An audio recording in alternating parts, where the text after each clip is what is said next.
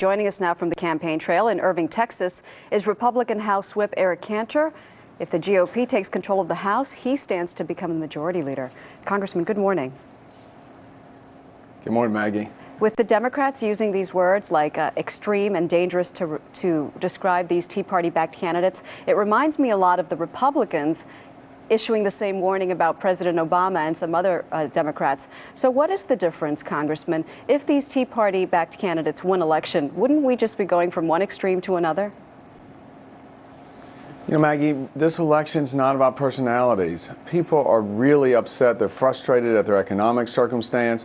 They're tired of the spending in Washington. And what our Republican candidates are talking about on the campaign trail is cutting the spending, reining in the size of government, and doing what we have to do to remove the uncertainty so people can get back to work. That's where the people are. It's not about these personal attacks. It's really about getting America back on track. But not speaking of personality, speaking strictly of policy, there's no question that these Tea Party Republicans are outside the Republican mainstream.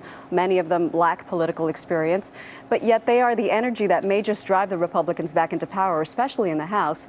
And you may find yourself in a tricky position. You might find yourself feeling indebted to these candidates while trying to keep them in line. How would you balance that?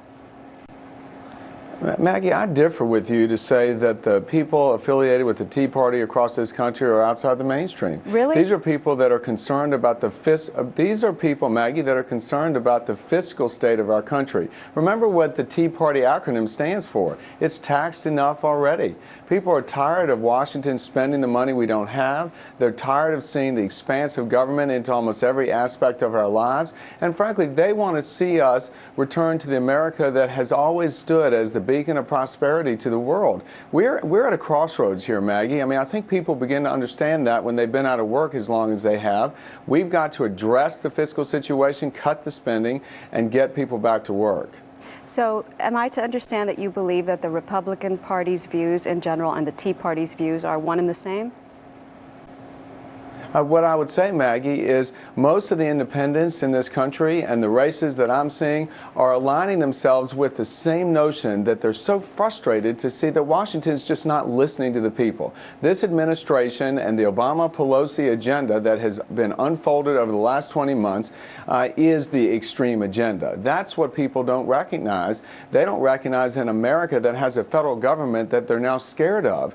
That's where the people are. The people want to see a Washington that will listen again. They want to see leaders in Congress to make sure that their federal government starts working for the people again and not the other way around.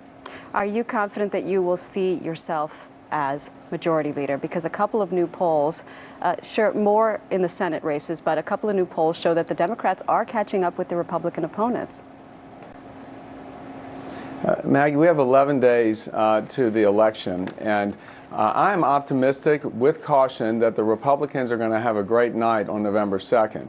And I think squarely in the camp that people are in, and that is they want to check and balance right now on an agenda that's been unfettered, an agenda that seems to be taking America in a direction that people don't recognize. People want to get some stability back. They want to get back to work. They want leaders in Washington who will be responsive to the will of the people.